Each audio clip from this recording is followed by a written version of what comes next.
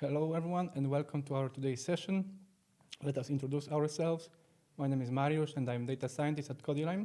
And my name is Tomasz Janaszka and I am a solution architect at CodiLime. Today I would like to introduce you to the topic of using machine learning methods for networking problems. And before we get started, if you have any question during the presentation, please write them on YouTube chat. We'll collect them and at the end we'll have Q&A session, so we'll answer them. A recorded version of this webinar will be available on our YouTube channel. Okay, so let's begin. Look at the agenda of our presentation. So firstly, I would like to give you a brief introduction to the topic. Then I will give the floor to my colleague Tomasz, who will present you practical use cases where machine learning techniques can be applied. Then I will come back to you and give you requirements for successful deployments with machine learning of project with machine learning. And then we'll conclude our webinar with Q&A session and a quick survey. So let's go directly to the introduction. And let's define what we understand behind notions artificial intelligence and machine learning. So a phrase, artificial intelligence, consists of two words, artificial and intelligence. Artificial refers to computer systems and algorithms, and intelligence, as we know, is the ability to perceive, analyze, and adapt to the changes in the environment. So, in short, we are talking about algorithms that are able to perform tasks that normally require human intelligence, such as visual perception and speech recognition and decision making. Machine learning, on the other hand, is a subset in AI. There are special kind of methods that are able to learn and adapt without following explicit instructions. And this is possible by the use of statistics. Okay. Now, the next natural question which appears is why it is worth using such methods in your projects. And the answer is quite simple. This is because of the advantages that it brings to your project. To name a few, automation. Machine learning algorithms can make automatic decisions without following human supervision. They are able to extract knowledge from highly complex data sets. As well, they can process huge amounts of data, even terabytes. And they are capable of making very fast decisions. And this is important for online systems and quality. So I won't lie if I say that decisions made by machine learning models are even better than made than humans. And this all advantages results in reducing cost and increasing revenue in your projects. We have also proposed a landscape of machine learning application for networking, and the landscape is available at the visible link. So I strongly encourage you to take a look. I hope it will be helpful for you. Maybe it will start some discussions in your companies. Okay, so as we know why it's worth using such methods in your projects, we can ask how to use such methods for networking. So you should start with identifying the business problem you want to solve. Then you need to translate this business problem into one of machine learning problems like regression, classification, time series analysis, natural language processing. Then you need to collect appropriate data and collect appropriate tools. And then you build your machine learning model with high predictive power. And then you need to build business logic on the model's outputs. And now I will give the floor to my colleague Tomasz, who will present you practical use cases with machine learning. After this introduction, let's be a little bit more practical. We prepared a couple of use cases that for which we will define the context, we will define the problem that we would like to solve using various machine learning techniques. And each of the use cases will be summarized where we could expect the benefits from using those methods. The first use case relates to capacity planning, and we all know that each physical and virtual device has maximum operational capacity. And ensuring sufficient resources, sufficient capacity is the key factor for proper operation of the whole networking and or data center environment. The problem is if our environment is huge, it consists of a lot of elements, how to schedule, how to plan better device capacity upgrades. So here the obvious data that such an algorithm can work with are the resource utilization monitoring data. And here machine learning techniques can be used for automating the process for the resource utilization trend analysis. Having trends, we can detect, evaluate future insufficient capacity problems, and to give recommendation, hints to our engineers what to do early enough. Let's look at the simple example of network. Each link has the maximum capacity, each switching element has the capacity for switching, and usually the resources, utilization of the resources are measured using the special type of data structures which are called time series, which is just a collection of measurement obtained in consecutive timestamps for more convenient processing. Usually the intervals between timestamps are equal. Here is the example of the time series representing link utilization given in percent in the perspective of 1 day, in the perspective of a couple of days, and in the longer perspective. And here we can use a clear increasing trend.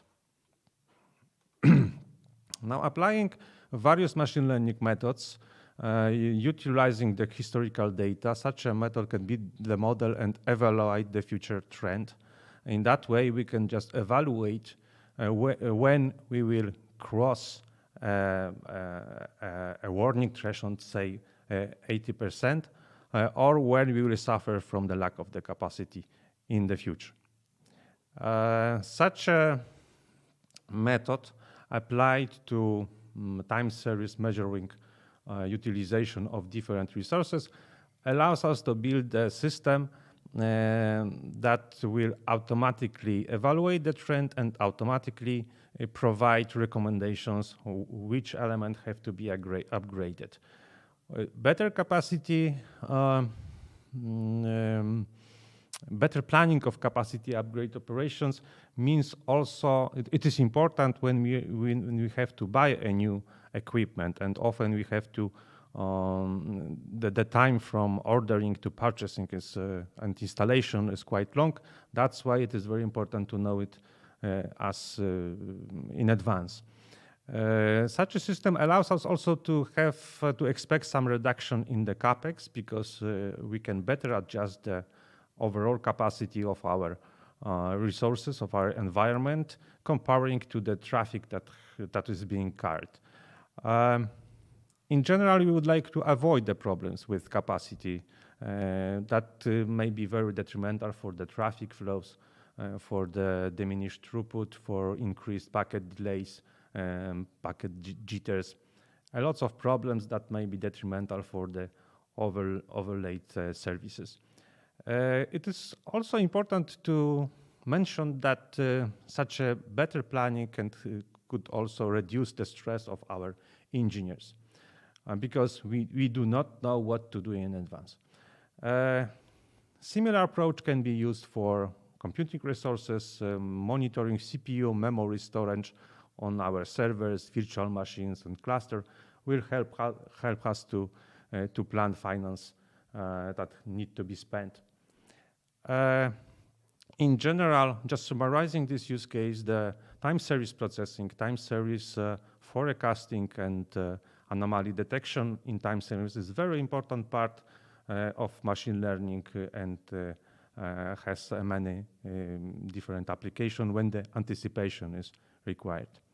Next use case relates to improved ARAMS handling, and here we would like to point your attention into two issues. The first one is the root cause detection. We all know that the serious failure of the device often causes the explosion of alarms on another equipment, on another devices. And it is quite difficult to select the alarms indicating directly what is the main reason of such a disaster. So the problem is how to do it quickly. And here the data that can be used by machine learning techniques relates to the graph representation of networking and data center environment.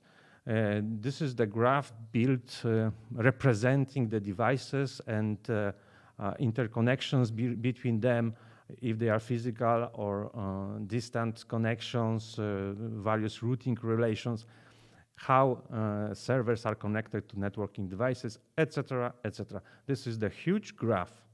Usually this is the huge graph. It is the huge graph and containing links representing various types of relations between elements in our environment. Graph machine learning techniques can be used to extract patterns. The basic patterns is, for instance, if a given element is failed, what is the list of potentially affected elements? We can produce a bunch of such failures, bunch of such patterns, and if such a disaster will happen, then we can use another machine learning techniques to recognize the pattern to point to this root cause. How it is in the example, just to better understand the idea, if we have the network and device 1 is failed, it causes that all the links connected to them are failed. So we will start receiving the alarms on different devices, telling that there is no connectivity. And usually the devices will start using alternative paths to forward the traffic. And it may cause another type of alarms related to overloads on that resources. In time, we are receiving alarms, and this is the pattern that need to be recognized by machine learning techniques to be classified with some probability. And in the perfect situation, we would like to indicate that the failure was on the one, or at least to show the alarms that directly indicating the major reason. Another aspect is filtration of non-meaningful alarms.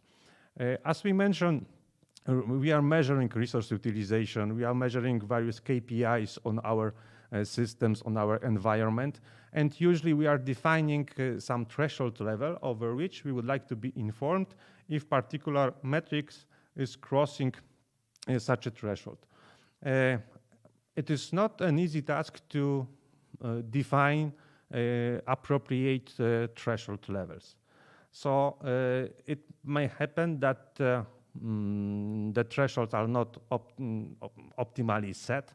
In that way, we could receive a lot of alerts that are not meaningful, that are not indicating the real problems. That's the idea is to collect how the past alarms were handled by our engineers and to use such information and some machine learning techniques for automatic adjustment of the threshold levels or to directly filtrate non-meaningful alarms, saving the time. Let's look at the example. This is the service API for which we are measuring response time. And at the beginning, let's say that we set the alarm threshold at the level of 7, and we are receiving a set of alerts where the actual value of this metric is crossing this threshold. When we gather the information, it is not an easy task to collect such information, but when we label such alarms, and we can collect if particular alert required to take some actions or not, also adding some additional features like here, real to threshold ratio. It is a set of data on which we can build the classifier, a machine learning model that will classify a newly arrived candidate, say in that sense for the alert, if it is expected to be important and will require some action to be taken or not. Or we can use such data to set the more optimal, better level of threshold level, and in that way separating meaningful alarms from less meaningful alarms. What are the benefits? For sure, faster root cause detection means that we will lose less money in case of disaster. And in the second case, we just saving time of precious time of our engineers, providing them better separation of the alerts and alarms.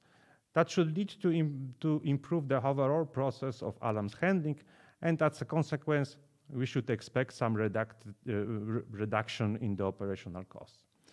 The last use case we would like to present you is shortening fiber cut recovery time. In our opinion, this is the perfect example of the usage of external data. And this is the idea heard of South Korea, but very inspiring, at least to us. The context. The question is if we could use the external data to detect high-risk location and situations that may influence our infrastructure.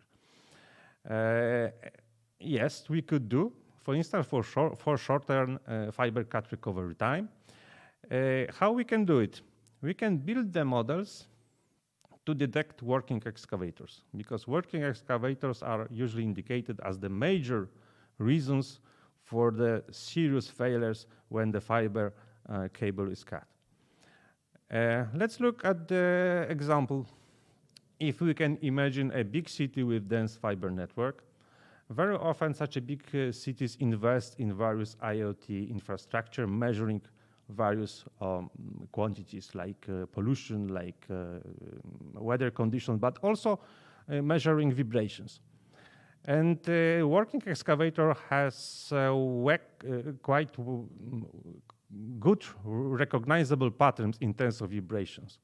If we build such a model, we can process such a data, and we can almost in real time detect where currently working excavators are and evaluate the risk to our, in this case, fiber infrastructure. So how we can use such a system? Just to move our repair teams closer to this risky area. What we could benefit? Of course, our teams will not be in the traffic jams. So this is the shorter travel time. And it's also much easier because we can see when this excavator is working to precisely locate the fiber cut. That should reduce the cost of downtime because we are saving time. And such a system has also the potential to have smaller fleet of mobile repair teams. There are other possible external data sources like social media and open data that could be used, for instance, to detect crowd or to detect future ad hoc events when you can expect that the number of our subscriber or our customers will be huge. And in that way, especially it's important for mobile networks, we can adjust the mobile part of our network to cover this increased traffic. That finishes the part of the use cases. I hope it was clear, and I will give the floor again to my colleague Mariusz. Okay, thank you, Tomasz, for these use cases. But we need to be aware, because as we know, there are no free meals. So deployment of such projects is not simple at all. So you need to fulfill some requirements for successful deployment. So we have listed a few of them. So we'll start with data. So you need to have good enough historical data, because as we know, machine learning algorithms operates on data. So the better the quality of the data, of the input data, the more reliable conclusions you can draw from them. Also, you need to think of all sources of data that are helpful for your model. As well, you need to prepare a way how to store your data and what is the data flow in your whole project. Also, you need to remember that machine learning models can be computation expensive, so you need to have a already large enough computational architecture. Yes, I need to remember that machine learning models can be outdated in time, so you need to think of a mechanism that constantly retrain and updates your model because of the new patterns that appears in your fresh data. This all leads us to the concept of AutoML, which is specific machine learning environment capable of self-monitoring and adapting to the, as I said, new patterns in fresh data. Okay, and you need to be aware and remember that machine learning models are not always correct. They can make mistakes, so you need to take this into account when you're building your business logic on the model outputs. Yes, and one more time, as I said, machine learning model is like a part of your whole project because you're building a business logic on the output. So the business logic is also crucial for your whole project and also determines the scope of machine learning models which are using, and that's why it also determines the final quality of your solution. Yes, and based on our experience, we recommend to develop recommendation projects systems first, where the final decision is made by skilled engineer. And on this basis, you can think of building closed-loop solution. And also, we think that it's good to visualize your model's outputs for better interpretability of why specific decision or action was made. So these all requirements enforce on us building multi-domain teams with specific competencies like data science, data engineering, back and front-end development, network engineering, DevOps, and MLOps. And this is how we do it in CodiLime. To summarize, we introduced you to the topic of using machine learning for networking problems. And also we presented you practical use cases where such techniques can be applied. And we gave you some requirements for successful deployments of such kind of projects. Hope you enjoy it. And now it's time for a Q&A session. Okay, let's look at the questions. So the first question is, where is that IFO graphic? So the link is provided, yes. Yes. In this chat. Yeah. Yes, the link is provided in a chat, so I strongly encourage you to take a look. This infographic represents another fields related to networking that were various methods of machine learning can be used. So it is some general picture of other possible areas, yes, when we could consider. Okay, next question. What are security use cases? Oh, today we will not present the security use cases. At least we could just treat the use case related to the failures as a security in that sense. For today, we do not prepare the security use cases in detail, so there are many of them. Yeah. Maybe next time.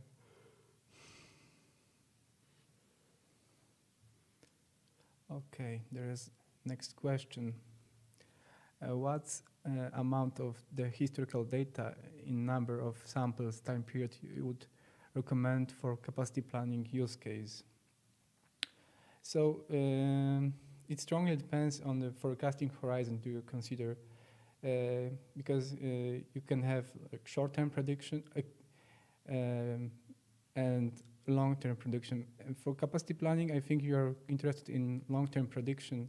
So if you are doing your prediction for at least,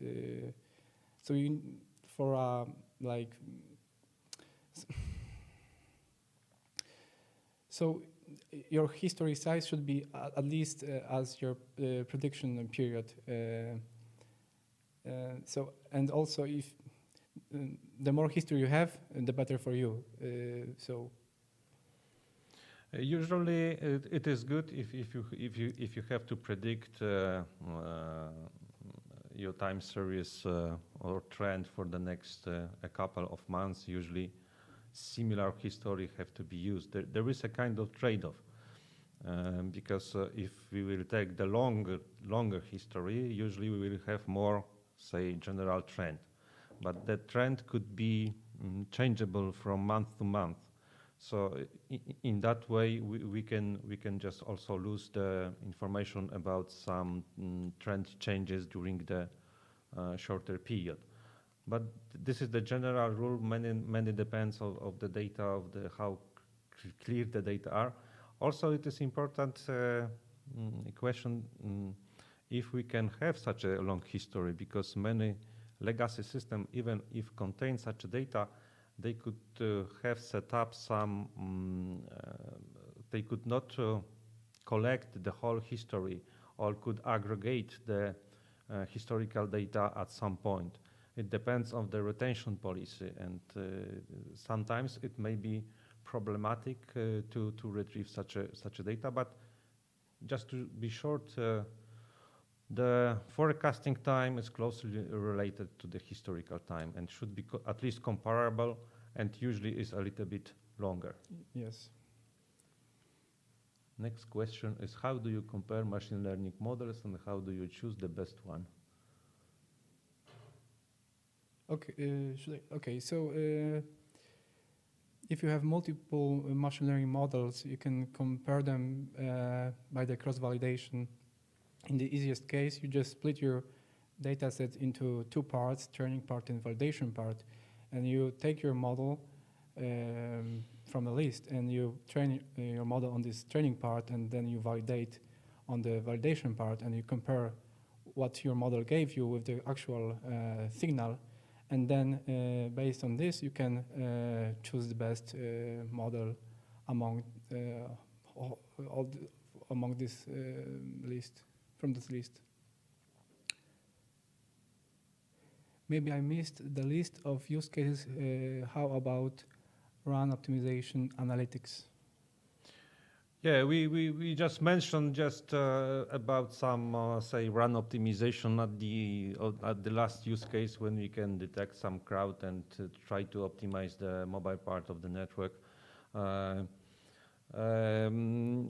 We are not quite familiar with such a kind of problems, but what I heard about the interesting use case was for run optimization when they are using reinforcement learning. It was the optimization algorithm, one of the kind of the machine learning algorithms that is providing the optimal level of the power on the base station in the proximity. In order to have, say, the optimal settings for this particular area. So just to mention about very general, that is the reinforcement learning analytics could be one of the solution for that. Okay. And the highlights on already implemented AI/ML networking use cases in production.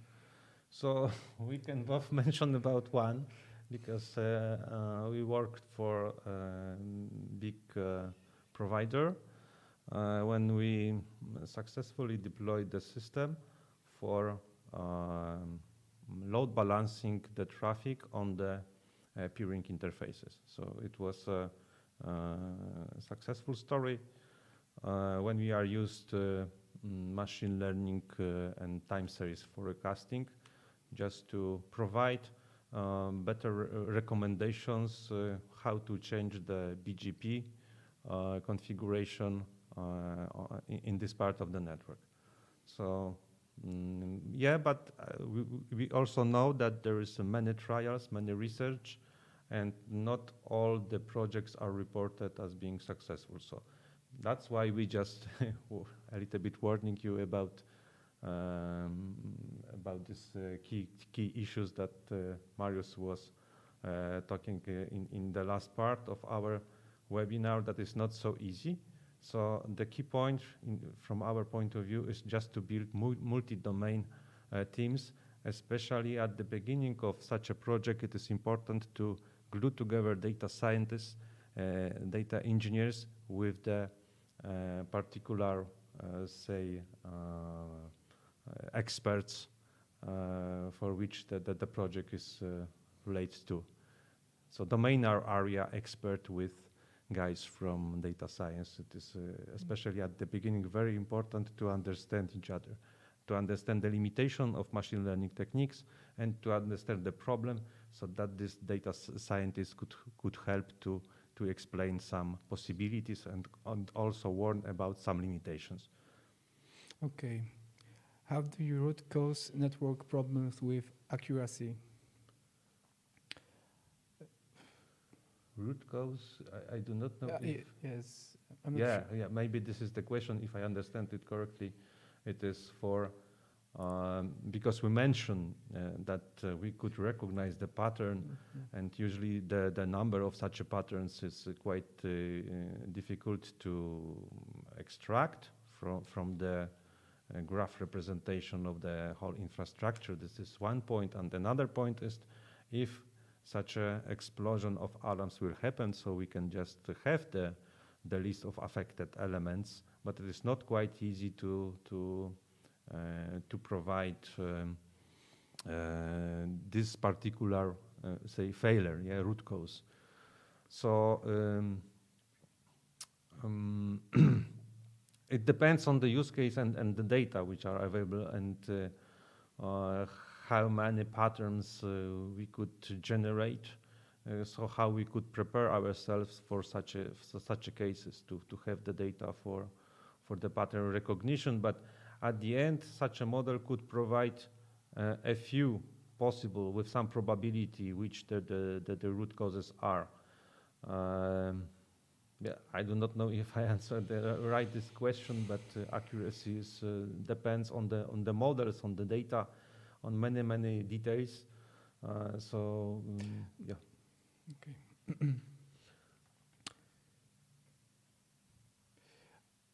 Okay, next question. Any use cases in telecom industry to enhance network credibility and user experience? For today, it is very hard to show all the use cases. I have heard about this user experience I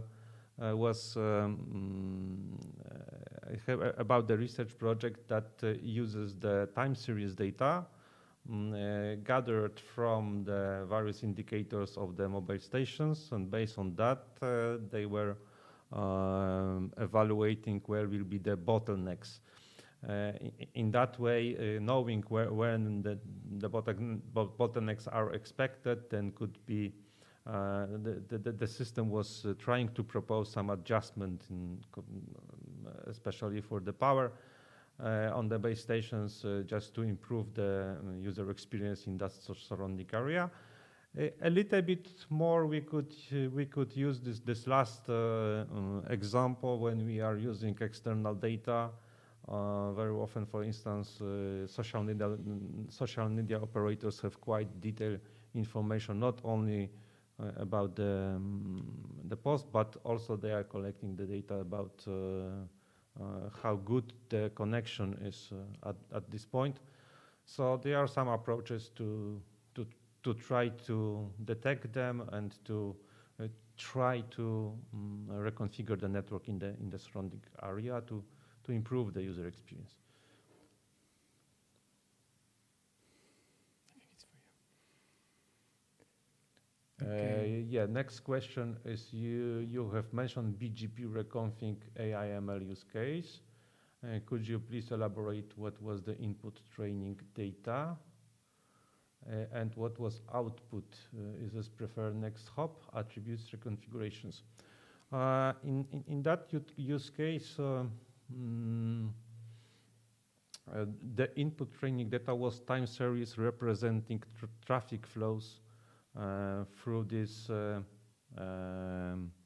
through peering interfaces, and the system was telling how to split address space, the prefixes of the addresses, and which of the prefix should be announced through which peering link in order to balance the network, because the balance set of the links was the desired state, because it is much more prone to sudden spikes in the traffic. That was the objective. So the answer is that it was how to change the prefixes and how to re-announce them through a collection of peering interfaces. Thanks. Yeah. So, okay. So. Okay, all topics are covered, I think. So, do you have anything else to add before wrapping up?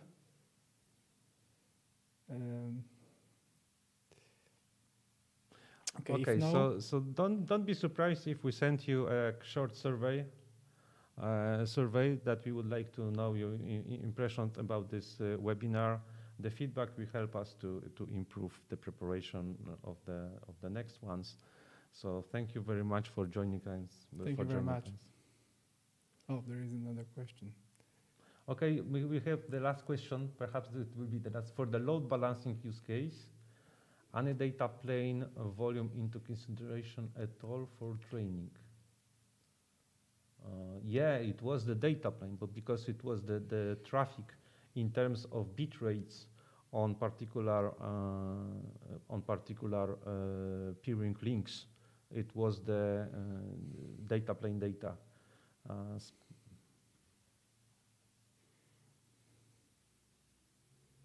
Okay, I think.